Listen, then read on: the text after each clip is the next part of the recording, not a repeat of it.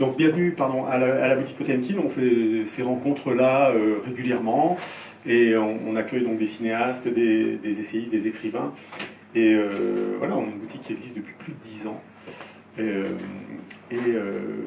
Cette boutique a des passagers réguliers, des amis et des gens qui nous aiment beaucoup. Et Maxime Lachaud qui est venu de loin, du sud-ouest. Ouais.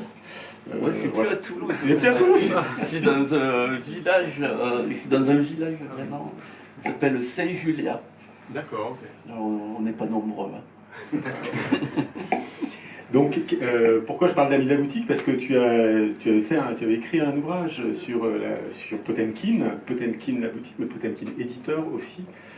Potemkin ou le cinéma halluciné, et sur le mode de l'essai, de l'interview, tu avais développé ta pensée, et puis tout ça se poursuit à travers cet ouvrage qui vient de sortir, Shock Roads, des cauchemars américains au film Rêve, donc aux éditions Timeless, que je salue. Donc voilà, c'est toujours des livres qui pèsent leur poids. Qui sont on sent que tu ouais, mais pas trop lourd non plus, mais pas trop lourd non plus pour qu'on puisse voyager avec. Exactement. Donc je fais un petit rappel biographique pour te resituer, même si le public est composé d'amis, de gens qui te connaissent, mais d'autres ne te connaissent peut-être pas. Donc tu es journaliste, essayiste, réalisateur et programmateur.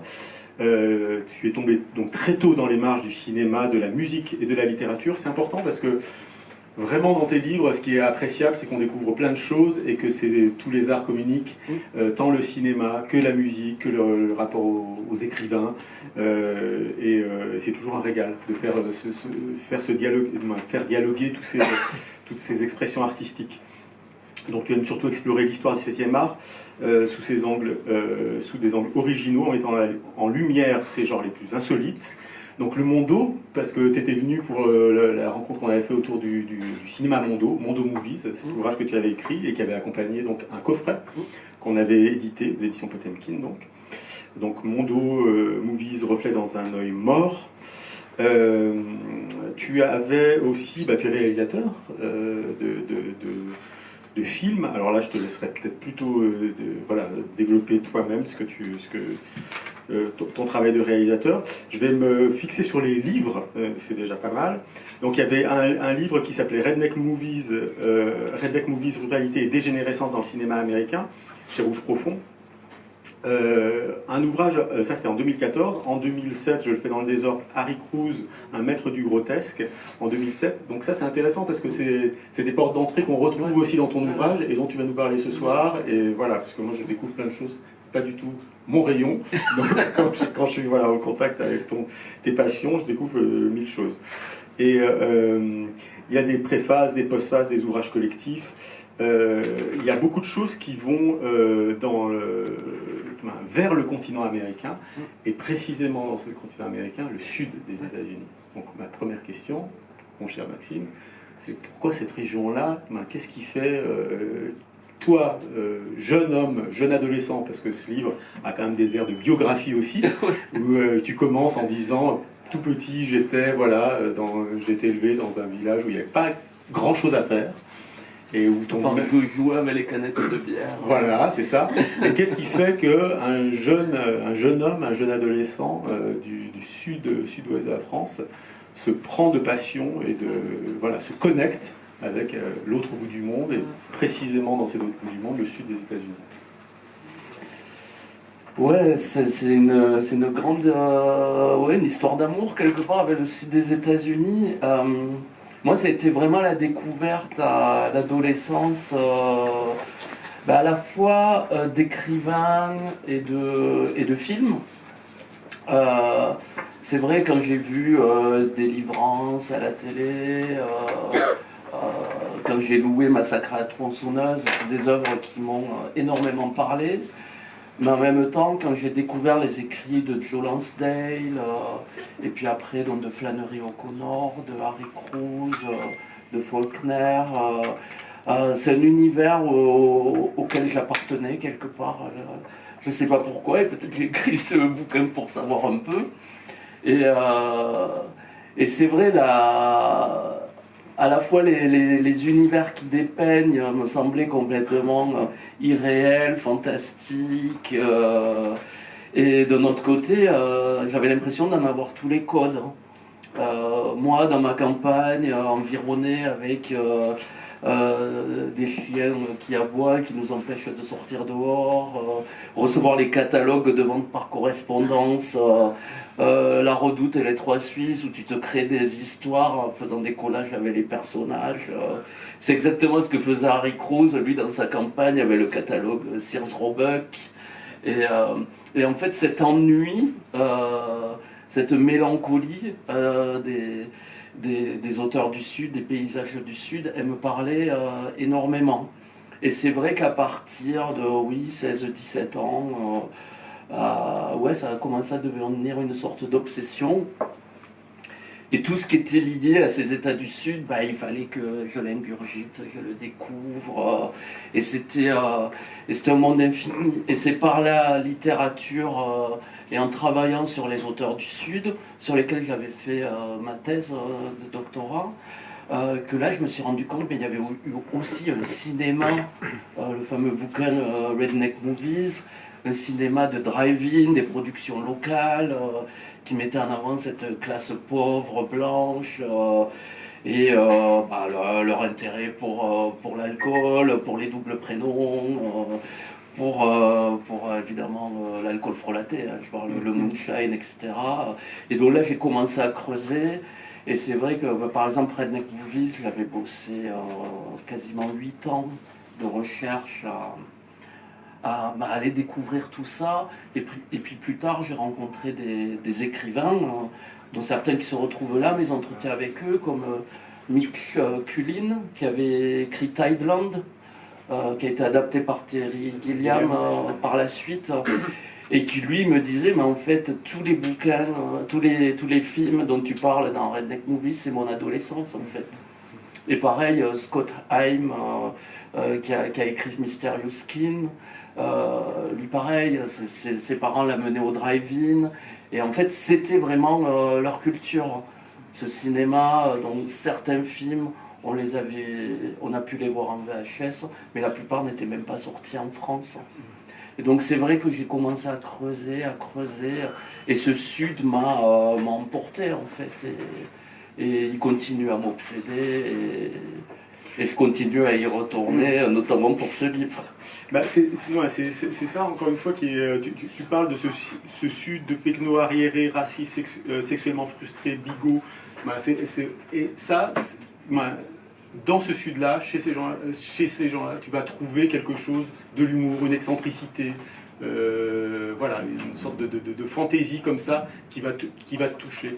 Parle-nous peut-être de Harry Cruz, moi que je dois peut-être déjà beaucoup parlé, mais c'est intéressant parce que tu as voulu le rencontrer. Ouais. Et donc ça, c'est pas seulement rêver l'Amérique, rêver ce Sud de l'Amérique, c'est aller le côtoyer, échanger et rencontrer les gens qui ont fabriqué cet imaginaire-là qui t'a tant plu. C'est vrai que ce livre, il est vraiment à la fois sur ses rêves de cinéma, mais aussi vouloir les concrétiser, et aussi vouloir rencontrer ces personnes qui nous font rêver, et notamment moi quand je suis ado, que je lis des auteurs comme ça, ou que je vois des films comme ça, oui, il y a un moment où on se dit j'ai envie d'échanger avec eux. Et c'est vrai qu'Harry Cruz a été... Alors qui est Harry Cruz? Alors c'est un auteur qui est né en Géorgie, le comté de Bacon. Il n'y a pas beaucoup d'habitants, il y a quelques familles à peine. Donc c'est dans le sud de la Géorgie. Et c'est un écrivain, donc son premier roman, Le chanteur de gospel, sort dans les années 60. Et il est vite devenu une référence de ce qu'on a appelé le gothique sudiste en littérature. C'est-à-dire un peu une littérature de la chute, une littérature du grotesque, un monde un peu qui a perdu son sens, où tout le monde croit un peu dans n'importe quoi. Donc, et puis qui tous essaient de trouver du sens, mais toujours avec de la folie. dont par exemple dans Cars, c'est un personnage qui veut manger une voiture en pièces détachées. Mais évidemment, ça ne marche jamais, donc il a des hémorragies anales, et c'est son frère jumeau qui le remplace, mais ça marche pas non plus. Après, par exemple, le roi du chaos, c'est un boxeur raté qui du coup se met KO lui-même, hein, et il devient une sorte d'attraction, comme dans une foire aux monstres. Donc voilà, on est vraiment dans un univers tragique-comique. C'est très drôle aussi. Et aussi, c'est quelqu'un comme ça a l'air plutôt tragique. Mais ça l'est aussi. Ouais, ouais. Mais il était aussi fasciné par le bodybuilding. Lui-même était culturiste. Il était culturiste. C'est ça. Le roman Le Faucon va mourir, c'est sur un personnage qui essaie d'éduquer un faucon, mais là aussi c'est un peu une ambition impossible. Et il y a aussi beaucoup le sentiment de culpabilité et de l'innocence perdue chez lui, mais qui est quelque part quelque chose qu'on retrouve chez tous les auteurs gothiques du Sud.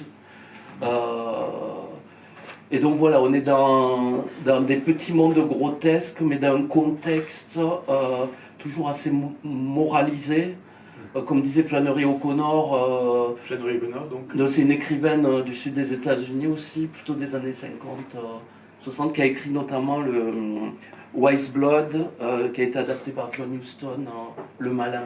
Ah d'accord, ok.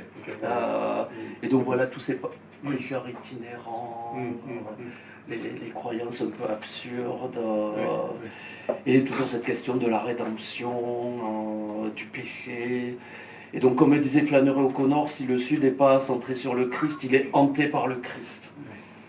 Et donc, on est un peu dans ces territoires-là. Et Harry Cruse, c'est vraiment quelque part le point ultime de cette tradition. C'est peut-être le plus fou, le plus extrême. C'est un personnage vraiment haut en couleur. Et toi, quand tu le rencontres donc tu le rencontres, comment est-ce que ça se passe? Est-ce que il correspond à ce que tu avais imaginé ou il a quel âge?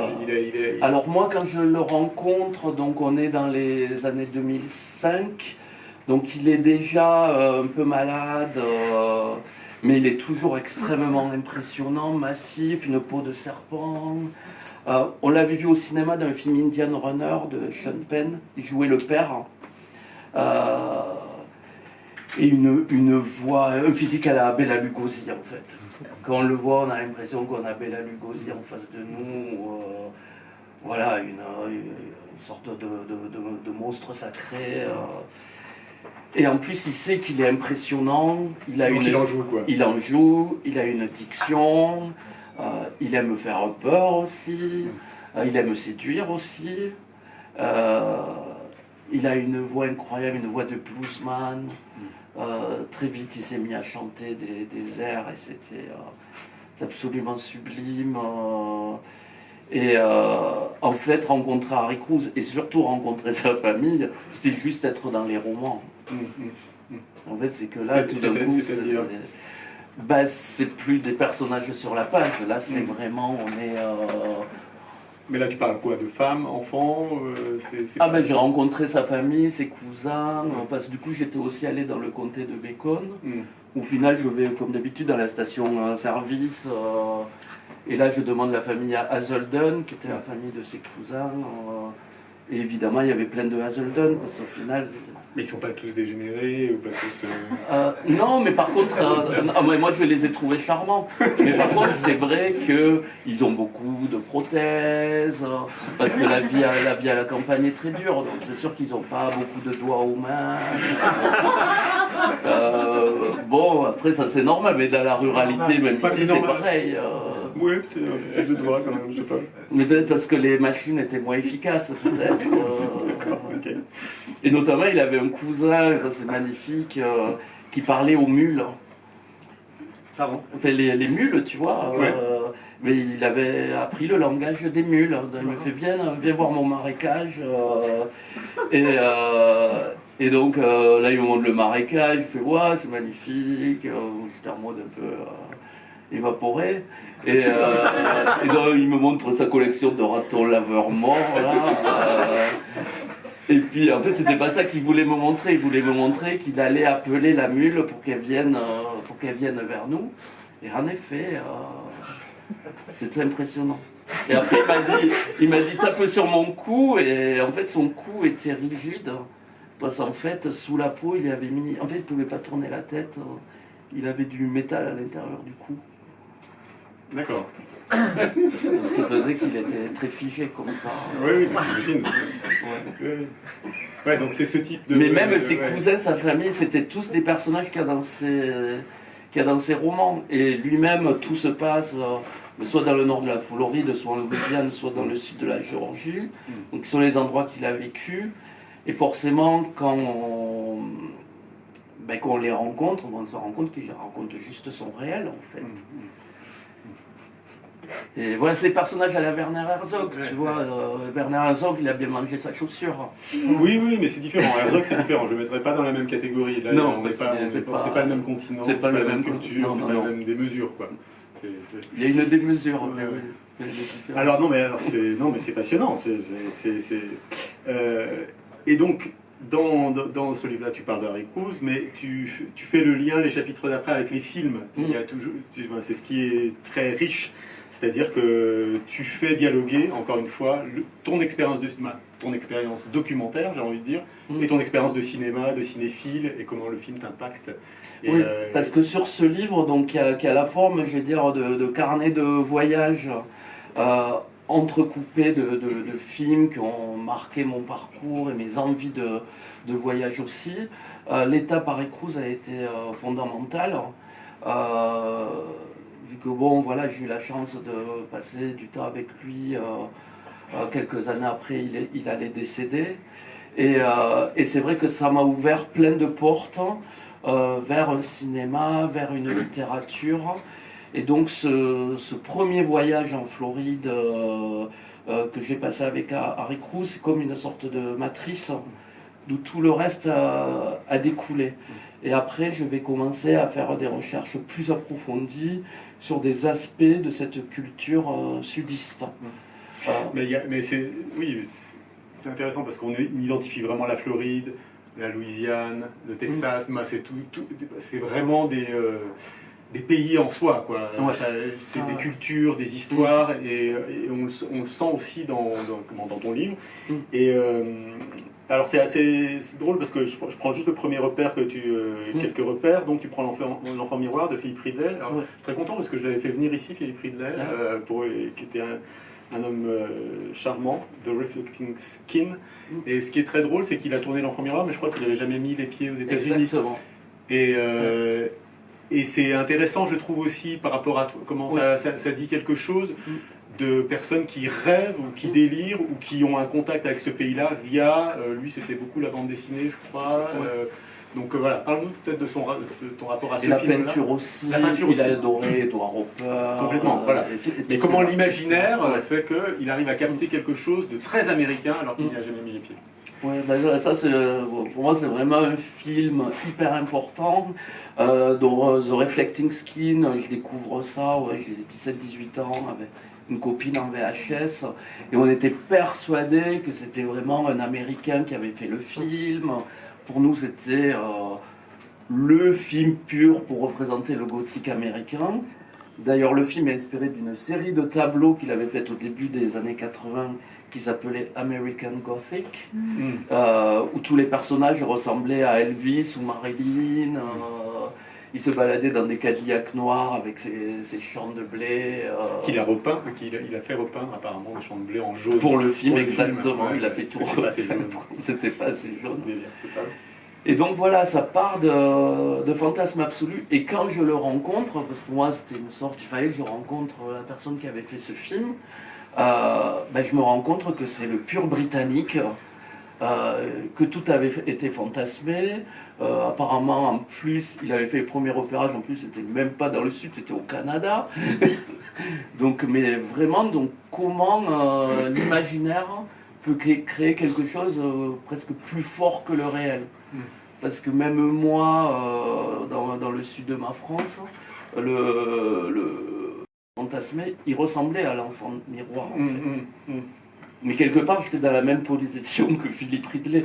J'ai ingurgité des photographies de Walker Evans, voilà, tous ces artistes, bah oui, les peintures de Andrew Wyeth, tout ça, et puis tous ces films qu'on dévorait tout le temps. Et c'est vrai que ce film a été un pivot, et cette rencontre a été vraiment importante.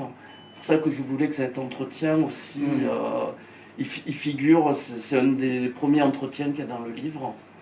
Et pour moi, c'était aussi important. Et après, c'est marrant, je parle aussi de Tideland, qui est pour moi aussi une sorte de représentation absolue de ce gothique américain. De Terry Gilliam. Mais Tideland, au final, c'est Terry Gilliam qui n'est pas américain. Et par contre, là, j'ai rencontré l'auteur qui, lui, est le pur enfant du Texas. Et lui-même, alors que ses premiers romans étaient vraiment très ancrés dans le Texas qu'il avait vécu, il avait voulu créer un Texas, enfin, un lieu fantasmatique, un lieu à la limite du surréalisme. Il avait voulu transcender son univers à travers ce livre qui là encore pour moi, c'est ce sort de matrice de ce sud qui me passionne. Mais c'est étonnant parce que je pense que tu n'en parles pas dans ton livre, mais je pense aussi à la dernière séance de Bogdanovich, qui n'avait jamais mis le pied dans le sud des États-Unis, mais qui parle du sud comme jamais.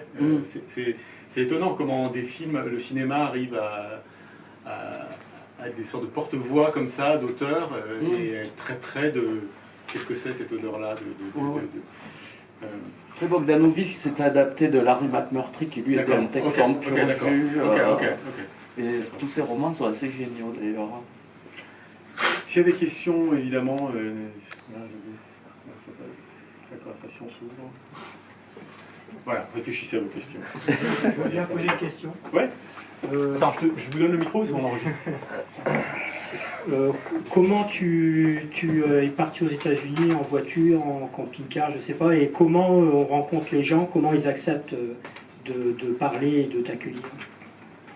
Ouais, donc évidemment, c'est énormément de préparatifs en amont.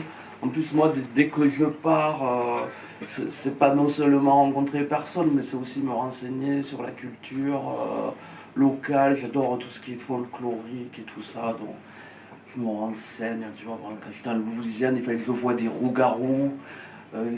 Les roues-garous. Qu'est-ce que c'est? On envoie des photos dans le livre. C'est des hommes alligators. Font très très peur parce qu'en fait c'est des sortes de vampires aussi. Ce mélange entre le vampire, le loup-garou. Mais par contre, si tu croises le regard d'un loup-garou, bah, t'es damné. Ta vie est foutue. Et le seul moyen de les faire fuir, c'est de leur jeter des grenouilles dessus. Mais pour moi, c'était très important parce que du coup, j'ai mieux compris le culte de la grenouille en Louisiane, par exemple. Mais voilà, c'était pour Mais tu as croisé le regard d'un loup-garou, donc. Mais parce qu'on en trouve dans les musées vaudous. Voilà. Donc voilà, je suis allé dans les musées vaudous. Évidemment, les photos étaient interdites, mais j'en ai prises quand même. Et je les ai mis dans le livre. Mais ta vie n'est pas foutue. Non, parce que j'ai pas croisé son regard. Ah, voilà, c'est ça, c'était ça ma question. J'ai pas croisé le regard. Voilà, est-ce que tu as croisé le regard? Je pensais que tu avais croisé le regard, tu avais jeté les grenouilles, tout ça, non? Non. Rien tout ça, ok. Mais donc, après voilà, c'est des préparatifs. Alors les premières fois, voilà, c'était tu loues une voiture immense et puis voilà, tu parcours. Dans tous mes premiers voyages, c'était vraiment en mode vraiment road trip. Voilà, énormément de kilomètres. Et les derniers voyages pour le livre, là je voulais prendre un peu la citation de Werner Herzog qui disait on visite jamais mieux que à pied. Et donc les derniers voyages, là j'ai fait vraiment à pied et en transport en commun, notamment à la Nouvelle-Orléans. Et là c'était vraiment intéressant parce que du coup, quand t'as pas de voiture, t'es vraiment plus bas que terre socialement. Et donc du coup là j'étais vraiment avec la vraie population. Et ça c'était formidable pour rencontrer des gens. Donc c'était une approche très très différente. Et les deux sont complémentaires en fait. Voilà, je ne sais pas si ça répond. Oui, mais, après, tu es accueilli chez les gens, connus ou inconnus? Alors j'ai fait un peu de tout. Hein. Il y a aussi des fois, c'est Je fais aussi des Airbnb. Des fois, tu vas chez des gens, voilà, des fois c'est un peu craignos, t'es dans des sectes et tout ça. Ouais, les Airbnb, c'est toute une aventure. Hein, je raconte un peu, mais c'est toujours assez fou. Après, j'aime bien toujours quand il y a des photos un peu flippantes, et puis après, c'est quand il t'arrive des trucs, tu vas pas te plaindre. Mais donc après, voilà, je logeais chez les habitants. Raconte-nous une aventure. Mais aussi, le truc, c'est qu'on rencontre les gens aux États-Unis, ça va très vite. Tu rencontres très vite du monde, et au bout de quelques jours, ils t'invitent à dormir chez eux. Donc c'est vrai que... À tes risques et périls. Ouais, mais là tu vois à peu près à qui tu peux faire confiance ou pas. Après on sait jamais, tu vois, quand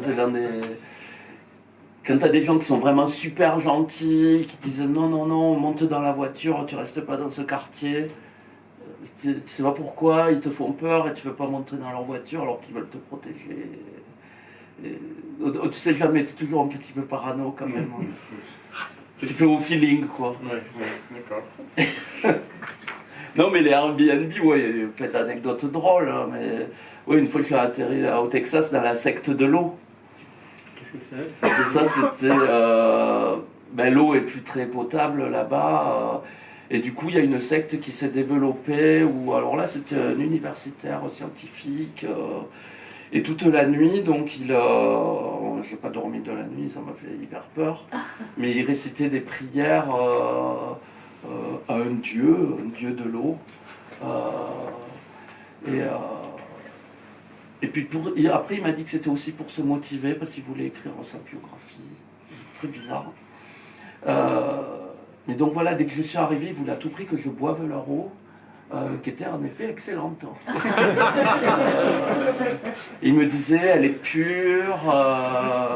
Et ils étaient très beaux, très lumineux, avec quand même beaucoup d'autocollants très conservateurs quand même dans la baraque. Mais ouais, les anecdotes d'Airbnb, il y en a souvent. Moi, ça me fait penser à Get Out. Je sais pas, ça me fait penser à... Ah bah ouais, carrément. C'est le cauchemar. Ben t'as le film, c'est Barbarian aussi qui commence dans des Airbnb. Okay. Voilà, mais là-bas, c'est vrai que c'est assez... Au final, c'est assez documentaire. Tu parles de la Louisiane et de l'imaginaire sudiste. Alors c'est bien parce qu'on révise aussi un peu nos classiques. Ça a été énormément filmé par Hollywood. Et c'est assez passionnant parce qu'on se dit, ah bah oui, on a vu quand même pas mal de choses. Tu parles de Dauphine d'Aldrich, d'un tramway, de Kazan. On circule à travers le cinéma hollywoodien qui a été très friand de ce territoire-là pour plein de... Peut-être parler... Si tu veux, c'est que... déjà, quand on me demandait quand c'est qu'il y aurait... Les Trois de Seagull, avec Clint Eastwood. Je suis allé dans la maison coloniale qu'il a inspirée, qui est la même que celle de Mandingo d'ailleurs. Ah, Mandingo de Fleischer, il faut oublier. Mais c'est vrai que quand on me disait est-ce qu'il y aura une suite à Redneck Movies, je disais si j'en fais une, elle sera documentaire. Et c'est vrai que je trouvais qu'il me manquait à l'époque où j'avais fait Redneck Movies, parce que les personnages de Redneck ne sont pas au centre.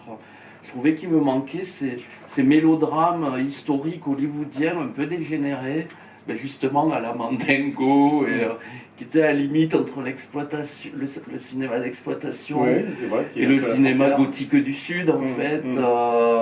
Même si le film a été mal compris, mal reçu. Ah oui, complètement. Et puis ça a bousillé sa carrière. Après, ça a cartonné en salle, par contre, ils ont même fait une suite. Mais donc je trouvais que ça manquait, parce qu'on était quand même si les personnages de Redneck n'étaient pas forcément au centre, ça faisait partie de cette culture gothique du Sud. Donc c'est vrai que du coup, je voulais revenir sur ces aspects-là qui me semblaient qui manquaient. Et c'est vrai qu'à force de creuser dans ce Sud un peu macabre, le point final, c'est quand même la Nouvelle-Orléans. Nouvelle-Orléans, tu es entouré de cimetières. T'as tout ce tourisme macabre, t'as le musée de la mort, t'as ces charlatans vaudous partout, t'as le musée de pharmacie où c'est que les aberrations médicales qui ont créé des tas de morts, enfin, tous les gens qu'on a soignés à la strychnine et tout ça, enfin. Mais il faut aussi des mariages. Parce que tous les endroits, voilà, mais parce que tout ce qui est macabre, aussi festif, c'est quand même un endroit où tu peux aussi taxidermiser les personnes que tu perds et les garder avec toi.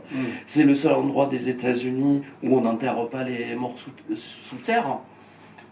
Et qu'est-ce qu'on en fait? Ils restent au niveau du sol, en fait, parce que sinon, avec les marées, ils remontent. Donc, en fait, les tombes, elles sont, comme nous en France, tu vois, elles sont sur le sol, en fait. Les corps sont posés à même le sol. Et donc il y a eu tout aussi des traditions photographiques. Et donc à un moment je suis les traces d'un photographe qui s'appelle Clarence John Laughlin et qui lui mettait souvent des personnages voilés, des femmes en noir. Il a inspiré notamment Meshes of the Afternoon de Maya Deren. Ces silhouettes noires avec des visages miroirs. Donc lui, il photographiait ça toujours dans des cimetières de Louisiane, au milieu des ruines. Et voilà, la Louisiane, tu es au milieu de tout ça.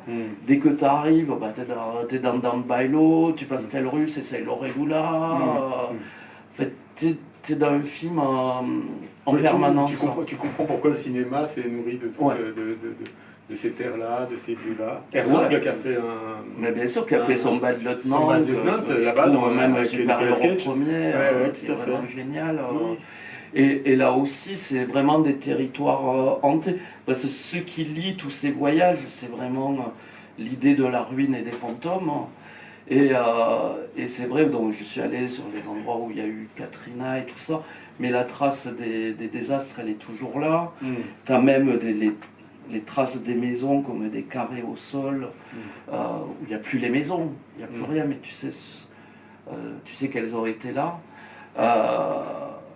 Il y a la belle série de David Simons, Trémé, qui en parle très bien. Oui, voilà. Dans un autre registre. Et pour moi, tout ça, ça rejoignait aussi, par exemple, tout le travail que j'ai fait de recherche sur les derniers drive-in au Texas, ou les parcs d'attractions à l'abandon. Pour moi, ce qui m'intéresse vraiment, c'est d'aller dans ces lieux, les ressentir et voir ce qu'ils me disent des gens qui ont été là à des époques et qui ont rêvé dans ces environnements, en fait. Et c'est ça que je vais chercher. C'est un peu un dialogue avec les ruines, quelque part. Et qu'on est à la Nouvelle-Orléans, on est au milieu des ruines. Et des marécages. Mais c'est étonnant parce que tu consacres tout un chapitre au parc d'attractions et on pense à Carnival of Souls, de Herc Harvey. Voilà, et de The Amusement Park, de Romero. Comment t'expliques ça? Comment cette fascination-là? Parce que moi, j'assure ma petite transition avec ton univers poupée.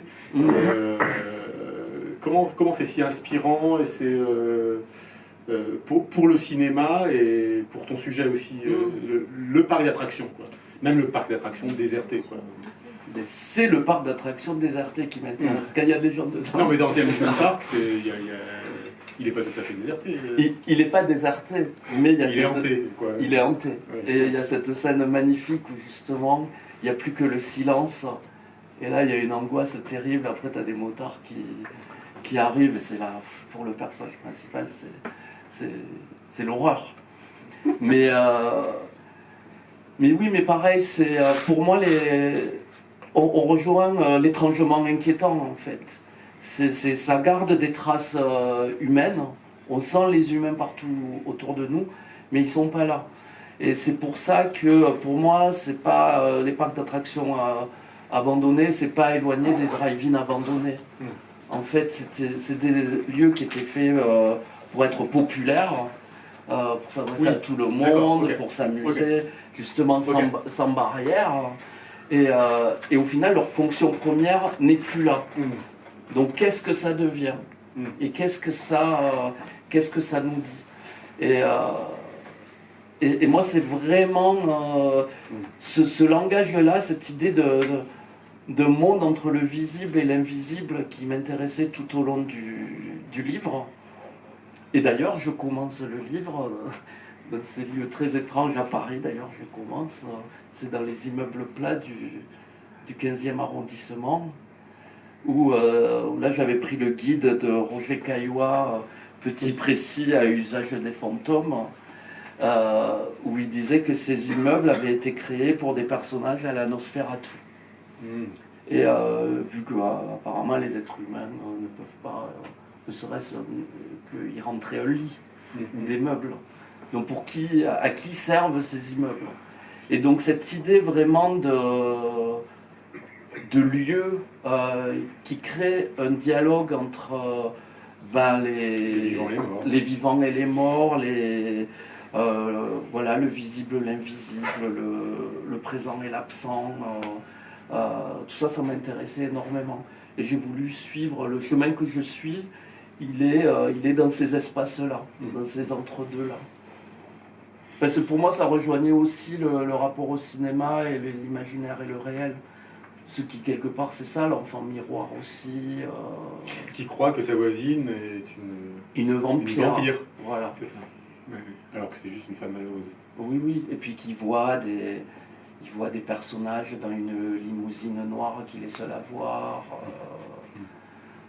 Alors, est-ce que c'est lui qui est fou? Est-ce qu'il a raison? Quelles sont ses visions? Donc, pour ceux qui n'ont pas vu L'Enfant Miroir, qui est ressorti en Blu-ray, un des premiers rôles de Viggo Mortensen aussi. Oui, tout à fait. Ouais. Mais c'est un film sublime. Vraiment, il n'a pas fait beaucoup de films. Non, il a fait que 3 longs métrages. Par contre, aussi. Il a fait des livres pour enfants, des pièces de théâtre. Celui-là, c'est vraiment un chef-d'œuvre. Question. S'il y en a. Bon, je continue, moi, je mets des questions. Prenez le temps. Il y a toute une deuxième partie sur les poupées. Les fabriques de fantasmes. Pas toute la partie. Non, parce qu'après, non, pas toute la partie. Parce que la fin, mais il y a une grosse section. Sur Kenneth Anger et sur tout ça. Oui, tout à fait. Mais disons que ça assure une belle transition avec tout un pan du cinéma aussi. Donc encore une fois, ce dialogue-là entre des artistes contemporains comme Hans Zimmer par exemple. Et vas-y, en fait, donc la première partie, on est vraiment sur des déambulations géographiques et imaginaires, mais on est vraiment dans des lieux précis. Et sur ces trajets, il y a des motifs qui reviennent, et notamment le motif de la poupée. Alors toujours la poupée un peu inquiétante, la poupée un peu terrifiante. La marionnette, l'automate. Et c'est vrai que pour ce livre, déjà la méthode elle a été assez singulière parce que je suis parti vraiment des photographies et de mes archives. Et c'est à partir de là que j'ai commencé l'écriture. J'aimais bien les livres de Patti Smith par exemple, où elle utilise vraiment la photo comme matière première pour l'écriture. Et donc là, c'était vraiment un processus très différent. Je fouille, je suis comme un enquêteur et... Tu fais toujours tes collages, tes scrapbooks, un peu comme Bertrand, Nico, tu en fais ou pas? Et alors, du coup, je n'en fais plus, mais je devrais en refaire. Mais je suis du coup retombé sur mes premiers cahiers. Et voilà, où je faisais des collages. Et surtout, j'avais des carnets intimes. Et ça, j'ai repris l'idée dans le livre, où tout était composé que de citations. D'auteurs. Parce que j'avais toujours peur qu'on tombe dessus et ça me terrifiait si j'écrivais à la première personne et qu'on tombe sur mes trucs. Du coup je prenais les citations des autres, mais qui en même temps je trouvais qu'ils s'exprimaient mieux que moi, donc c'était parfait. Ouais, tout un peu. Donc là en fait j'ai repris un peu le même, je trouve que ça apporte toujours une dimension supérieure, puis parfois quasi philosophique aux expériences vécues. Donc on peut aussi lire le livre à travers toutes ces citations qui le ponctuent. Complètement, ouais. Ça montre toute l'étendue quand même de tes lectures qui sont très, très éclectiques. Ça va de Ibsen, Buñuel. On voyage vraiment et puis ça donne envie de creuser aussi. Mais après, je suis un boulimique de lecture. Ah, mais ça se sent. Mais voilà, et donc en fouillant, je me suis aperçu que depuis mes premières photos, il y avait toujours ces images de poupées partout, qu'elles me suivaient. Et en fait, je me suis rendu compte que, comme ces lieux, elles me parlaient aussi de ce monde invisible. Elles essaient d'imiter des enfants, évidemment, elles n'en sont pas. Et donc on est toujours dans ce territoire qui m'intéressait. Et du coup, ça m'a aidé aussi à mieux comprendre ma fascination pour tout un cinéma, parce qu'en fait, tout le cinéma que je parcours dans le livre, qui est quelque part ma cinéphilie, c'est pas une cinéphilie classique, c'est des films qui sont toujours entre des formes d'onirisme et d'horreur. Et c'est vrai que du coup, ça m'a permis de mieux comprendre ma fascination pour le travail des frères Coué, par exemple. Donc que j'ai rencontré aussi. On a fait venir ici aussi. Qu'on connaît plutôt pour Institut Benjamin-Ta, la Forêt des Tremblements, alors que le court-métrage, ils ont commencé vraiment par... Ouais, et c'est vraiment tout un travail. Et même pour continuer à travailler qu'avec des poupées. Et aussi, c'est comme une obsession dans toute leur œuvre. Et en même temps, il y a des choses, parce qu'aussi j'utilise beaucoup de photographies que j'ai faites, mais aussi il y a des cartes postales, des photos d'exploitation que j'avais gardées, et il y a notamment des photos du film Dolls, les poupées de Stuart Gordon, que j'adorais quand j'étais ado. Et il y a une photo, c'est celle-là d'ailleurs, et j'ai vu et revu le film, et je n'ai jamais vu cette image dans le film. Ah, ok, d'accord. Et du coup, je m'étais créé dans ma tête toute une histoire autour de cette image, en fait, et complètement aberrante. On ne sait pas où est le bas, le haut. Et en fait, juste cette image seule a créé un imaginaire au-delà du film, mais elle était dans les... Ça a dû être tourné. Dans les images d'exploitation. Voilà, donc ça a dû être tourné à un moment, mais c'est un film où il y a beaucoup de poupées dedans. Même Les Inconnus avaient fait une parodie, Les poupées Klaus Barbie. Ah oui. C'est toujours drôle. C'est toujours drôle, ouais. C'est un autre humour. Alors... non, alors et du coup, après, j'ai rencontré le gars qui avait fait les effets spéciaux, qui a commencé ado. Et un de ses premiers boulots, c'était de travailler sur le film Dolls. Parce que ce film m'obsédait. Donc il fallait que, comme Harry Cruz, il fallait que je rencontre les personnes. Et là, c'est ce gars qui s'appelle Gab Bartalos, qui après a fait des films aussi complètement barrés. Mais d'ailleurs, il a fait une sorte un film qui s'appelle Écorché vif. Ça commence un peu comme un massacre à tronçonneuse, et puis ça part dans des délires. Et il fait partie des seuls artistes de maquilleurs, effets spéciaux, qui a des expos dans des musées d'art contemporain. Il travaille beaucoup avec Matthew Barney. Ah, ok. Lui qui fait toutes ses prothèses, les crémasters et tout ça. Crémaster 3, voilà. Guggenheim, voilà. avec les prothèses. Les prothèses de la... C'est ce gars-là qui est fascinant. Et là aussi, s'arrêter sur ces rencontres, ces personnages. Comment ils sont dans la vie? Mais ils sont absolument géniaux. Mais justement, alors c'est pas forcément des personnes extrêmement connues, mais moi, dans mes rencontres, je commençais à faire des interviews, j'avais 16 ans, donc j'en ai rencontré du monde, mais ces personnes-là, elles m'ont vraiment marqué parce qu'elles avaient vraiment la passion et elles m'ont emporté avec elles, en fait. Donc c'est vrai que c'était un bonheur pour moi de rassembler ces archives que j'avais et de faire un peu ce casting de rêve. Puis il y avait aussi une autre chose, c'est que certains sont décédés entre-temps et notamment beaucoup de lieux n'existent plus non plus. Par exemple, Harry Cruz, les lieux où il avait vécu, les lieux que j'avais photographiés, ils n'existent plus aujourd'hui, par exemple. Et donc il y avait aussi transmettre cette mémoire. Je trouvais que c'était vraiment important. C'est la question du temps. Elle était aussi là dans les livres précédents, mais là elle est vraiment très présente, notamment quand tu travailles sur les ruines. Et ça m'a fait plaisir de voir tes petits clichés du musée des moulages, tout simplement parce que c'est juste à côté. Ouais, je ne sais pas si vous êtes allé, il faut y aller. Alors l'hôpital Saint-Louis est spécialisé de toutes les maladies de peau, de toutes les déformations et tout ça. Je ne sais pas si c'est gratuit, mais c'est à 200 mètres. Et on a l'impression d'être dans un Tintin et on voit donc tous les moulages de toutes les pires choses que vous pouvez imaginer. Et c'est dans un lieu, dans la salle est super belle, Ah, quoi. hallucinant. C'est hallucinant, et c'est ici, à côté. Donc, Mais on en ressort d'un drôle d'état. Ah ouais, fois. ouais, non, moi j'avais vu l'ordre de Jean-Daniel Paulet, donc sur les lépreux, Ouais, ouais. projeté Là-bas. dans cette salle, Ah, dans cette incroyable. salle. Donc c'était vraiment, Incroyable. c'était incroyable. Ouais. Ah ouais, déjà que le film, il est bien marquant. Ouais. Ah ouais. Non, non, ils avaient vraiment choisi le lieu et le Saint-Louis, voilà, toute cette histoire. Ah ouais. Ok. Question, ouais.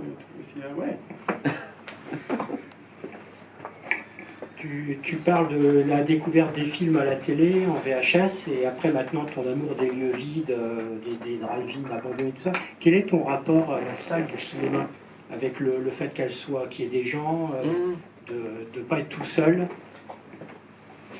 Ouais, ben moi justement, vu que je viens de la campagne où il n'y avait pas de cinéma, quand je suis parti à la ville et que j'ai découvert l'expérience de la salle, dès mes 17-18 ans, quand j'ai découvert ça, de suite j'ai plus eu de téléviseur en fait. J'ai plus regardé la télé en fait. Tu sais, j'ai eu des téléviseurs pour regarder les VHS et les DVD, mais c'est vrai que pour moi c'était terminé parce que c'était comme ça que j'aurais dû découvrir les films. Mais en même temps, ces VHS qui parfois il n'y avait plus la couleur et tout ça, elles m'ont fait aussi me créer des univers dans la tête. Et je faisais partie des gens qui enregistraient vraiment les bandes de son sur des cassettes. Ensuite, j'aurais écouté tout le temps pour rester dans l'ambiance des films. Et c'est pour ça, bon, dans les livres, on n'a pas de son avec. Si je pouvais mettre du son avec les livres, je serais très content. Parce que pour moi, il y a vraiment des fois des sons, des musiques des endroits, des images me rappellent en fait. Mais c'est vrai, moi par exemple, Massacre à la tronçonneuse, j'avais vu, elle était quasi noir et blanc. La copie, la première fois que j'ai vu le film. Et donc pour moi, c'était un film avec du son où on voyait quasiment rien. Pareil pour le film de Catherine Bigelow, là, le premier. Je pensais que c'était un film en noir et blanc. C'est au-delà. Aux frontières de l'eau. Aux frontières de l'Aube. Ouais. Nioda. Et après coup, je me suis rendu, mais non, en fait, la photo, elle est sublime. Mais par contre, il y avait le son. Mais t'as exploré, tu as trouvé des vidéoclubs, des vieux vidéoclubs et tout ça. Tu en parles un peu dans aussi. Ouais, je retourne aussi, c'est la même démarche. Et là aussi, je vais dans des anciens vidéoclubs et je regarde un peu ce qui reste. Mais où l'aspect transgressif et subversif est moins présent, j'ai l'impression. J'ai l'impression qu'on tu sens. En fait, je vais les voir, ils sont déjà en ruine. Donc il n'y a plus rien dedans. Et après, je suis allé, oui, dans des vidéoclubs clandestins, non pas officiels, parce que sinon il faut payer des droits locatifs et tout ça. Oui. Mais c'est vrai qu'il n'y avait pas du tout la même. Voilà, mais il n'y avait pas du tout la même dimension. Mais c'est ça. Moi, quand j'étais, mon collège, il était à Limoux. Il y avait rayon horreur et rayon porno. Et il n'y avait rien. Sauf que parfois en horreur, ils mettaient un Tarkovsky. Donc c'est comme ça que j'ai découvert Tarkovsky d'ailleurs. Quelle surprise. Mais de toute façon, il n'y avait que 2 rayons. C'est lequel de Tarkovsky? Il me semble que c'était soit Le Sacrifice, soit Nostalgia. Ouais. Pas de l'horreur. Mais je les ai découverts à cette époque-là en VHS. J'étais dingo de Nostalgia, qui est une sorte de film d'angoisse. Hein. Ouais. Oui, c'est vrai. Avec la bougie. Moi, Oui. Oui, 2 questions. D'abord, pour Indian Runner, est-ce que tu sais pourquoi Shanten a demandé à Harry Cruz de figurer? C'est le début du film en plus. Ouais.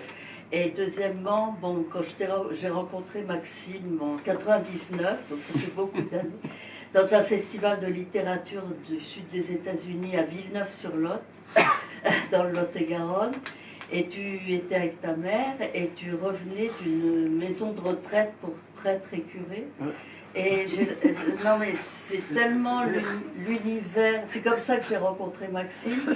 J'étais en retraite. Il y avait 5 écrivains américains, dont une du Mississippi, qui avait demandé à Maxime, Maxime, vous êtes britannique? Parce qu'il avait la crête et tout ça. Déjà.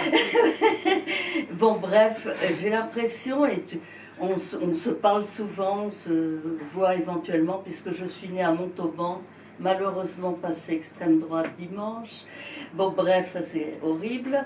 Que tu m'as recommandé en janvier, moi je ne connaissais pas le réalisateur David Gordon Green, qui était à la Cinémathèque. Et c'est un sud que je connais absolument aussi, puisque j'ai sillonné ces terres du Mississippi, Louisiane, etc. Mais en te voyant toujours, ou en te parlant, j'ai toujours l'impression que tu sors de la maison de retraite de ton tonton, ou que tu es dans ce genre d'univers. Mais c'est merveilleux et je te remercie de continuer à écrire des livres et à faire des films. Bon, alors d'abord Sean Penn, voilà. Alors Sean Penn, ben déjà, en fait, donc Sean Penn était fan à l'époque où il était avec Madonna, en fait. Ah oui. Ils étaient fans de Harry Cruz. C'était leur écrivain préféré. Et donc Sean Penn voulait adapter au départ Le Roi du Chaos de Harry Cruz. Et pendant des années, il y a eu ce projet qui était... ça s'arrêtait, ça repartait. Et donc, ils ont vraiment entretenu une amitié. Puis même, Harry Cruz avait écrit un texte où ils allaient à un match de boxe avec Madonna et Sean Penn. Je ne sais plus si c'est de la boxe ou du catch maintenant. Mais c'était... non, ça devait être boxe. Il était assez fan de ça. Et donc voilà, je pense qu'il voulait vraiment... pour lui, c'est un honneur d'avoir son auteur préféré dans son film. Et il y avait un autre truc, c'est qu'il s'était senti aussi d'être un peu mécène de Harry Cruz, parce qu'en achetant les droits du Roi du Chaos, Harry Cruz a pu acheter une maison. Sauf qu'Harry Cruz, il était bouffé par la culpabilité, parce que quand son fils avait 4 ans, Harry Cruz il buvait beaucoup d'alcool, et quand son fils a eu 4 ans, il s'est noyé devant lui dans la piscine. Et il a eu un grand sentiment de culpabilité par rapport à ça, forcément. Et quand il a pu s'acheter cette maison avec l'argent des droits du Roi du Chaos, il a donné la maison à son ex-femme. Parce qu'il lui faisait toujours des cadeaux pour essayer de se racheter de cette chose dont il s'est jamais remis. En fait, il était traumatisé. Et donc... voilà, c'est que Sean Penn, pendant pas mal d'années, il a aidé, grâce à ses options d'Hollywood, là, à faire revivre Harry Cruz, en fait. Mais ils étaient vraiment amis. Et après, sur mon oncle chanoine, j'allais souvent le voir. Et de toute façon, moi, je détestais aller à la mer et tout ça. Je déteste la plage et tout ça, donc j'allais souvent au monastère et aux maisons de retraite l'été. Et c'était super pour lire des bouquins, donc ça m'a permis de lire tous ces bouquins atroces qui m'ont inspiré pour mes voyages, c'est très bien. Donc oui, mais je dois encore emporter peut-être les retraites spirituelles avec moi. Des questions encore avant de passer à la dédicace. Alors moi je t'ai demandé une petite liste, il y a plein de films. Alors ce qui est génial dans ton livre, c'est ça donne envie de voir plein de films qu'on n'a pas vus, forcément. Mais je t'ai demandé une petite liste, voilà, donc je te demanderai juste quelques mots. Bon, on a parlé de Thaïlande, on a parlé de Mondo. Tiens, Caligari de Sayadian, Dr Caligari. Ouais, mais ça aussi c'est quelqu'un... T'as pas dit qu'il a fait Flash. Mais j'aime tout son travail, mais alors lui aussi c'était un mystère parce que c'était quelqu'un qui a fait des films sous le nom Rince Dream dans les années 80 et qui étaient des films fascinants parce que c'était produit dans le milieu du porno, mais dans le porno on disait que c'était de l'anti-porno tellement que c'était dépressif est déprimant et complètement barré. Mais il y a une vraie ambition de cinéma. Ah ouais, carrément. Mais c'est magnifique. La photo est géniale, la musique est géniale. Et il fait partie aussi de ces personnages. Pendant des années, ils ont été des mystères. Et au moment, j'arrive à le rencontrer. Donc voilà, il y a un long entretien avec lui. Et là, c'est fascinant. Le gars, il a côtoyé Orson Welles, il a failli travailler avec. Et en même temps, il a côtoyé toute la scène punk de Los Angeles. Et donc maintenant, il est à découvert. Maintenant, on sait que c'est lui. Mais pendant des années, il y avait ce mystère. Et c'est pareil, il y a cette sorte d'enquête de qui est ce personnage. Et ce film, Caligari, donc ça serait, en fait l'histoire, ça serait la fille du fameux docteur qui ferait des expériences, où elle transmettrait les névroses d'un patient à un autre. Enfin, ça fait un chaos général absolu. Il faut dire que c'est un film érotique quand même. C'est un film érotique, oui, carrément, mais spécial. Et c'est un film qui a eu quand même beaucoup d'impact parce qu'il y a toute une scène justement au Texas qui s'appelle la scène, on appelle ça le Zolo. Mais c'est des musiciens, ils s'inspirent aussi de groupes comme Devo, mais qui font une musique qui s'inspire vraiment de cet univers hyper coloré qu'on a dans Caligari. Et qui font, je dirais, une sorte de new wave hyper rapide, hyper technique, avec toujours des danses complètement déstructurées, comme on voit dans le film, en fait, où tout ressemble à des poses de mannequins.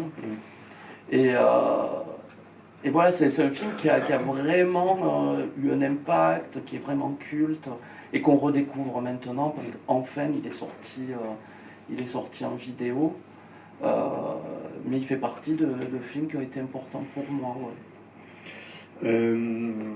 Alors, on a parlé des poupées. L'ami américain, tiens, de Wenders. Ah oui, parce que ça, c'est aussi un aspect important du livre. Donc voilà, la première partie, je finis à la Nouvelle-Orléans, et pour la seconde partie, il fallait que je finisse le livre dans une ville qui soit aussi forte en termes d'imaginaire cinématographique. Et Hambourg, c'est vraiment par plein d'aspects une version de la Nouvelle-Orléans en Europe. T'as le quartier rouge, t'as tous ces endroits, ces musées toujours assez morbides. Et puis t'as ce rapport aussi à cette eau qui environne... qui t'environne, et le fait que dans n'importe quelle rue que tu sois, tu as l'impression d'être sur un lieu de tournage de film, en fait. Et moi, ce qui m'a fasciné vraiment en y revenant sur plein de lieux de tournage à Hambourg, c'est qu'au final, l'ami américain, Hambourg n'a pas vraiment changé depuis. Je suis retourné dans les... Ça s'est construit quand même, sur le port et tout ça. Ça s'est construit, mais par exemple, alors, il s'appelle le zoo, mais en fait, le parc d'attractions qu'on voit dans le film, il est exactement pareil.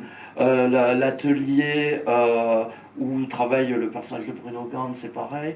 La maison de Dennis Hopper, elle était en rénovation, mais elle a aussi cet aspect maison blanche à colonnade, on dirait vraiment une maison de plantation sudiste. Et c'est surtout l'ami américain, pour moi, c'est au-delà du fait que c'est la ville, le personnage principal, c'est vraiment un cri d'amour, pareil comme l'enfant miroir, c'est un cri d'amour au cinéma américain, vu que même dans les acteurs sont des réalisateurs américains.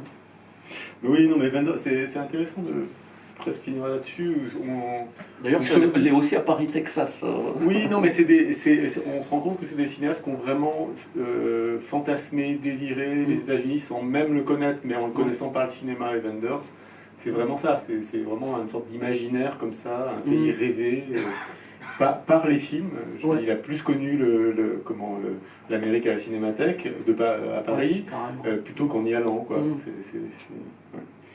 Je mettrai ta section DVD sur le site, comme ça on pourra s'y référer, et puis surtout, voilà, tout est dedans.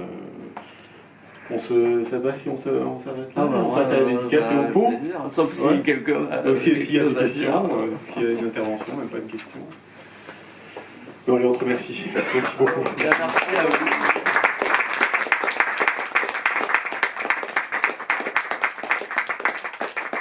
On va faire la dédicace près de la caisse. Voilà, et vous pouvez acheter l'ouvrage en caisse. Et vous pouvez prendre un verre aussi.